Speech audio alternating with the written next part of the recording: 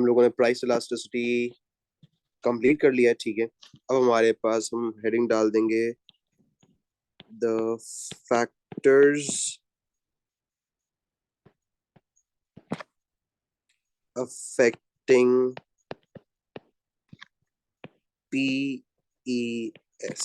ये हमारे पास यहाँ पर हम करेंगे the factors that will cause the supplies to be either elastic or inelastic। ठीक हो गया। चले, हमारे पास यहाँ पर बेटा सबसे पहला फैक्टर, अच्छा फैक्टर्स करने से पहले मैं आपको एक लॉ समझा दूं। वो ये है कि supply of a product is dependent on the demand of product. Remember that, ठीक है। ये डिपेंडेंसी आपको पता होनी चाहिए कि यार आप उसी वक्त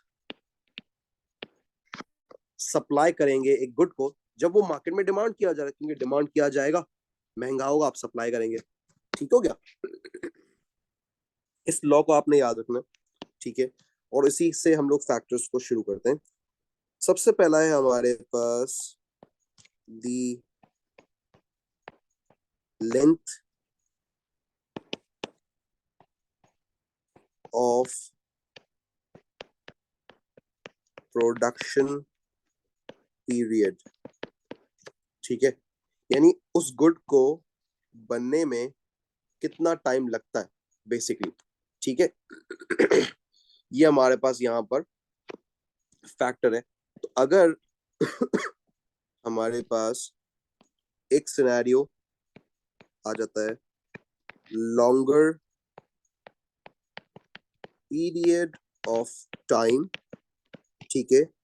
लॉन्गर पीरियड ऑफ टाइम जब लगेगा एक प्रोडक्ट को बनने में, तो प्रोड्यूसर जो है वो उसकी रिस्पॉन्सिवनेस हो जाएगी लो रिस्पॉन्स, और लो रिस्पॉन्स के केस में सप्लाई जो है वो इनइलास्टिक हो जाएगी, ठीक है।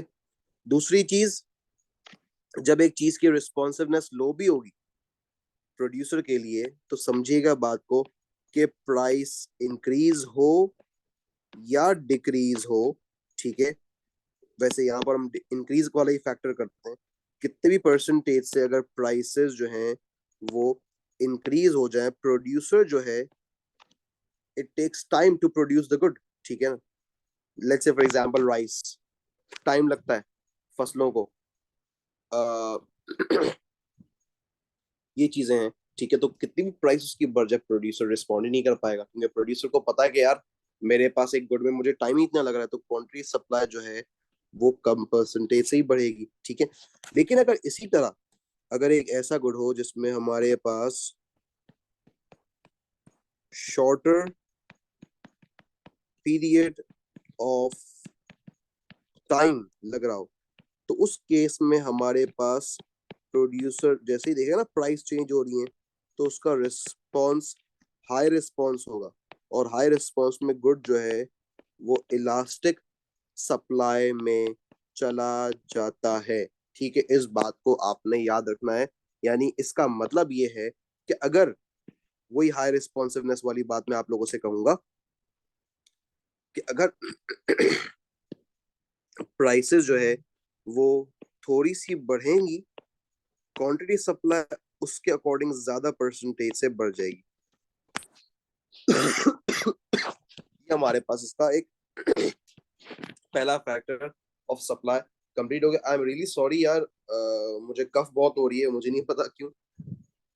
तो do grant me the permission to cough, ठीक है। प्रॉब्लम बेसिकली ये है कि यार जाहिर सी बात है, पढ़ाते पढ़ाते थोड़ा सा हो भी जाता है। चलें, आ जाएं। हमारे पास यहाँ हम स्टार्ट करेंगे फैक्टर नंबर 2, ठीक है। फैक्टर नंबर 2 बेसिकली हमारे पास है स्पेयर कैपेसिटी, ठीक है। स्पेयर कैपेसिटी का बेसिक यहाँ पर मतलब ये है कि आपके पास अभी बहुत सारी जगह आपके पास गोडाउन में अवेलेबल है, आप चाहें तो वहां पर प्रोडक्शन स्टार्ट कर सकते हैं। ये स्पेयर कैपेसिटी का बेसिकली मतलब होता है, ठीक है ना। तो अगर मेरे पास यहाँ पर आ जाए हायर स्पेयर कैपेसिटी, ठीक है, अभी है मेरे पास हायर स्पेयर कैपेसिटी। मार्केट में हुआ ये कि गुड और सर्विस की डिमांड बढ़ गई। जैसे ही गुड और सर्विस की डिमांड बढ़ेगी, मैं फौरन से रिस्पॉन्ड करूंगा। क्यों? मैं आपको उसका रीजन भी बता दूं। मैं देख रहा हूँ डिमांड बढ़ रही है, मैं फौरन से उस गुड को प्रोडक्शन करना शुरू कर सकता हूँ, ठीक है। मैं उसकी जो मार्केट में क्वांटिटी सप्लाई है वो ज्यादा तेजी से बढ़ा दूंगा, जिसके पीछे रीजन ये है कि देयर इज हाई रिस्पॉन्सिवनेस। लेकिन सवाल ये, ऐसा होता क्यों है? ऐसा इसलिए होगा कि यार मुझे अलग से कोई जगह नहीं लेनी पड़ेगी प्रोडक्शन करने के लिए। यानी मेरे पास ये जो सप्लाई के बढ़ने के पीछे और हाई रिस्पॉन्सिवनेस के पीछे रीजन है, वो रीजन बेटा ये है कि मेरी लो प्रोडक्शन कॉस्ट होगी। मेरे पास ऑलरेडी जगह स्पेयर में अवेलेबल है, मैं उसका किराया तो बढ़ा हूँ, मुझे अलग से तो कोई जगह लेनी नहीं कि मुझे कॉस्ट इनकर हो, ठीक है ना। जिसकी वजह से मैं इजीली प्रोडक्ट बना के इजीली रिस्पॉन्ड कर सकता हूँ, ठीक है। और इसी तरीके से मैं अपने पास अगर बात कर लूँ लोअर स्पेयर कैपेसिटी, ये आ जाएगा आपके पास लोअर स्पेयर कैपेसिटी, ठीक है। अगर लोअर स्पेयर कैपेसिटी की बता अब हम लोग अगर बात करते हैं, तो लोअर स्पेयर कैपेसिटी में अगर मेरे पास एक सर्टेन राइज इन डिमांड आ जाए, let's say certain rise in demand आ जाता है, ठीक है। ऑब्वियस है मेरे पास जगह तो है नहीं, मैं बोलूंगा यार कहाँ इतना खर्चा करना पड़ेगा प्रोडक्शन करने के लिए, तो बस जो माल है पड़ा हुआ गोडाउन भरा हुआ है, जितना माल दे सकते हैं उतना दे देंगे आपको बॉस, इससे ज्यादा प्रोडक्शन नहीं कर सकते हम, ठीक है। हम उससे ऑब्वियसली हम रिस्पॉन्ड नहीं कर पाएंगे ना, ठीक है ना। या हो सकता है हम लोगों ने अभी भी कारोबार शुरू किया हो, तो हमारी क्वांटिटी सप्लाई बहुत कम से बढ़ रही होगी, जिसका मतलब ये कि हमारे पास आ गई प्रोड्यूसर की लो रिस्पॉन्सिवनेस। अगेन मैं आपको रीजन बता दूं कि भाई उसकी क्वांटिटी सप्लाई कम परसेंटेज से क्यों बढ़ी और उसकी रिस्पॉन्सिवनेस लो क्यों है। तो भाई रीजन उसके पीछे ये है कि हाई प्रोडक्शन कॉस्ट उसे इनकर होगी, उसे नई जगह लेनी पड़ेगी यार।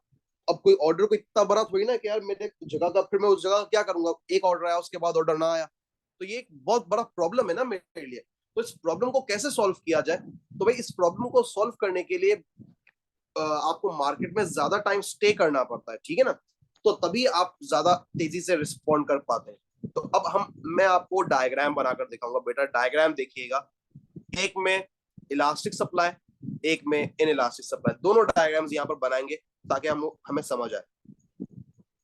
और यहाँ पर आपने इस लॉ को याद रखना है जो मैंने आपको बताया था। ये जो लॉ था ना सप्लाई डिमांड वाला, कि supply is dependent on demand, इस चीज को आपने याद रखना है, ठीक है। आज हमने अपने पास सबसे पहले दो एक्सेस ड्रॉ कर लेने, जिसमें एक में इनइलास्टिक सप्लाई ड्रॉ करूंगा और एक में मैं इलास्टिक सप्लाई ड्रॉ कर रहा हूँ, ठीक है, रिस्पेक्टिवली। ये मैंने अपने पास एक इनइलास्टिक सप्लाई ड्रॉ कर लिया, ठीक है। और यहाँ मैं अपने पास एक इलास्टिक सप्लाई ड्रॉ कर रहा हूँ, सही है। अब हम क्या करेंगे, सबसे पहले लेबलिंग कर लेंगे प्राइस, प्राइस, और दूसरी चीज क्वांटिटी, क्वांटिटी। लेकिन यहाँ पर सिर्फ क्वांटिटी या क्वांटिटी सप्लाई नहीं है बेटा, यहाँ पर आएगा क्वांटिटी ट्रेडेड, क्योंकि हम लोग डिमांड भी साथ बना रहे होंगे और हम एग्जामिनर को बताएंगे भाई डिमांड के ऊपर सप्लाई जो है ना गुड की डिपेंडेंट होती है बेसिकली।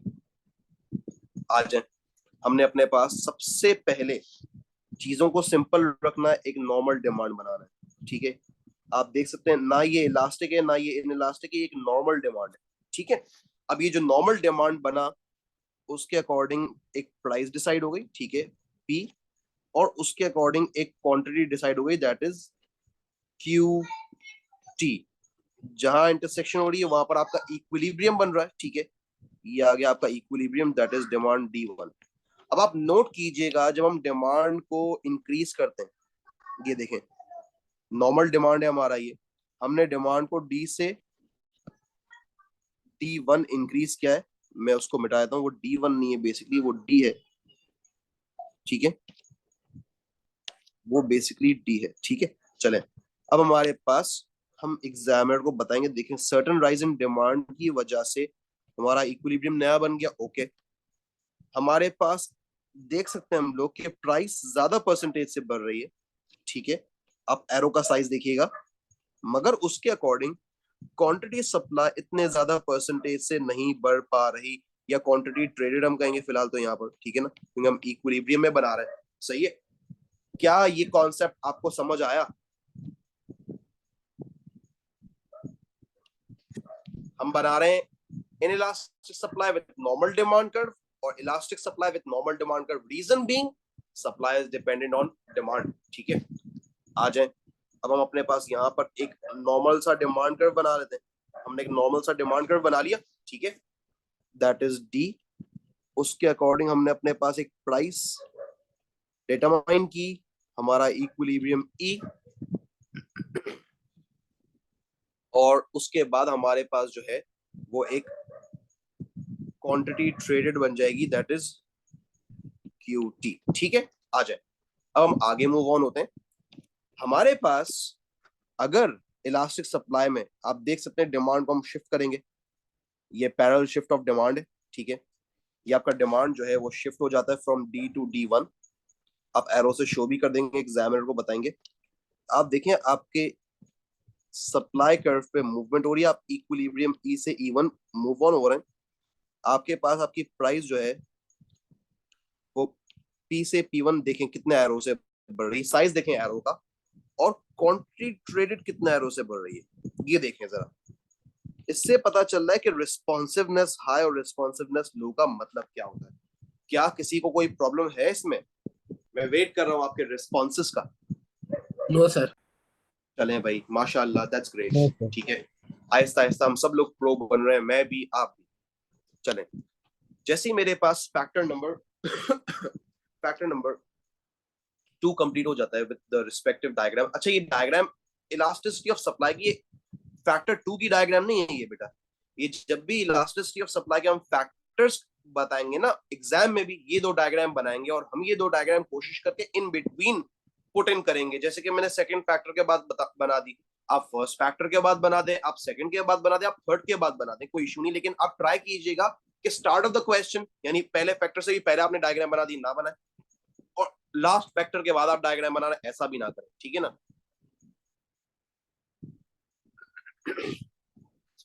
ये हमारे पास सेकंड फैक्टर हो गया। अब आ जाते थर्ड फैक्टर, फैक्टर नंबर 3, वो है हमारे पास type and nature of a good. इसके अंदर हम बात करते हैं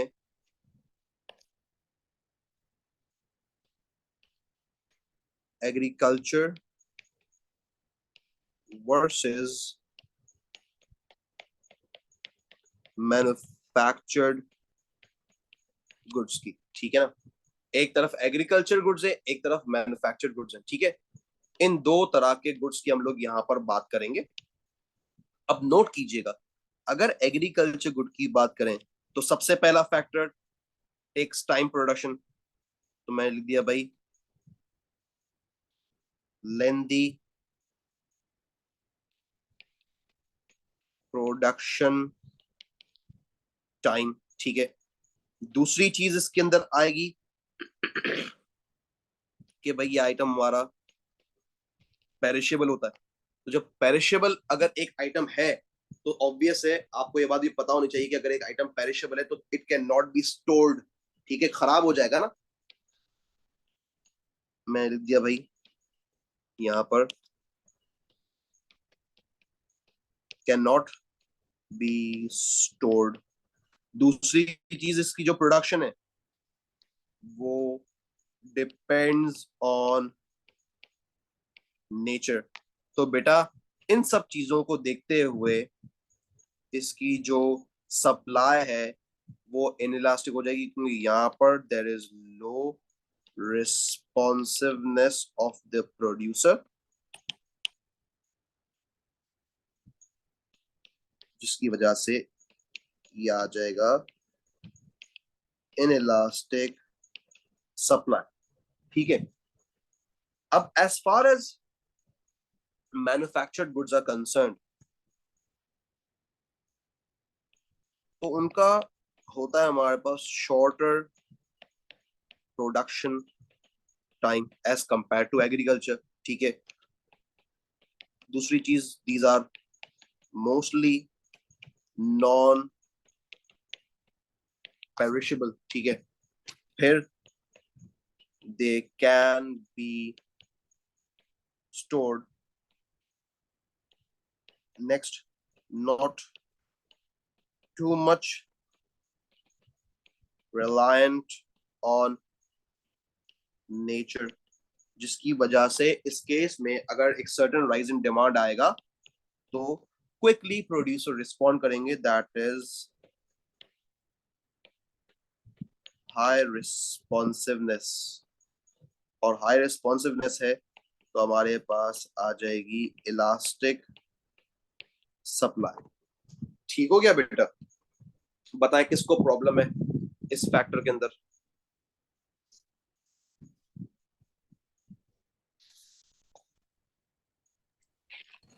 नो सर, कोई ओके प्रॉब्लम की नहीं। रिपोर्ट है। हाँ सर। ओके की रिपोर्ट है। चलें आगे बढ़ते हैं। अब हमारे पास आ जाता है फोर्थ फैक्टर।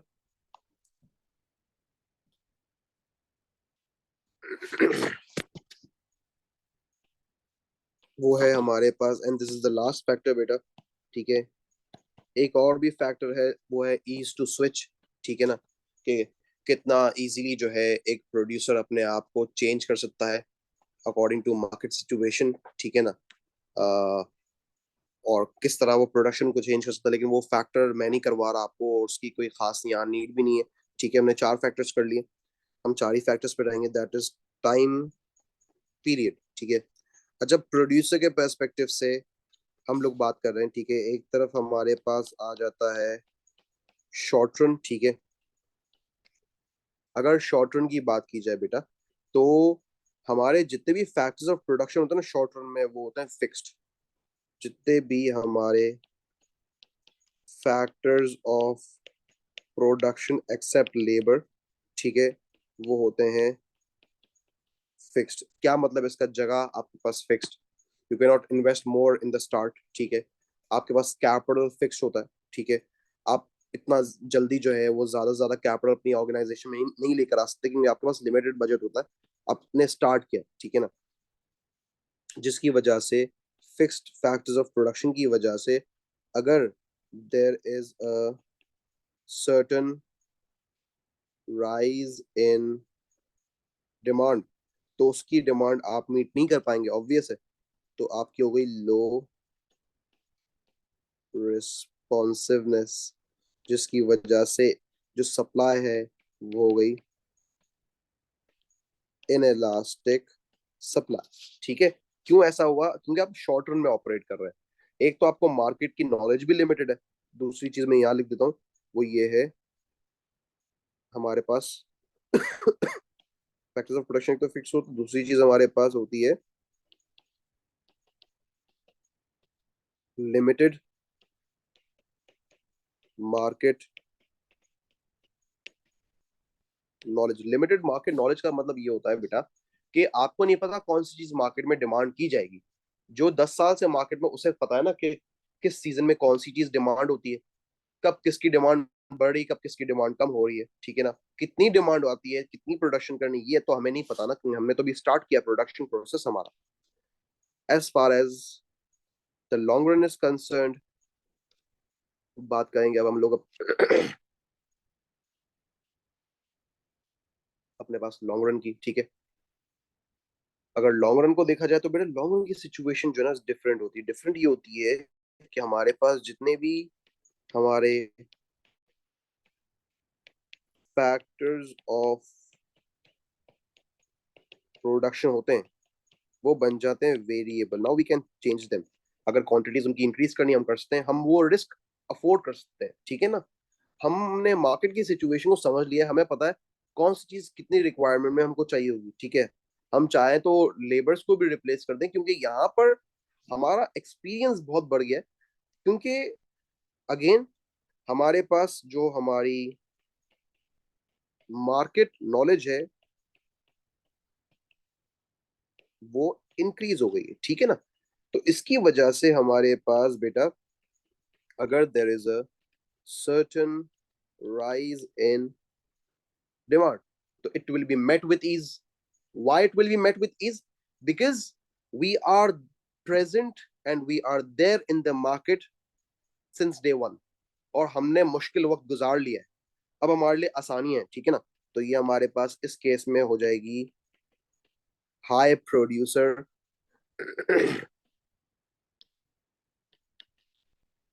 रिस्पॉन्सिवनेस, जिसकी वजह से there will be elastic supply. ठीक है. तो ये हमारे पास बेटा इलास्टिसिटीज ऑफ डिमांड हमारा कंप्लीट हो गया, इलास्टिसिटीज ऑफ सप्लाई कंप्लीट हो गया. आई होप आप लोगों को समझ आ गया होगा. Till then take care, bye.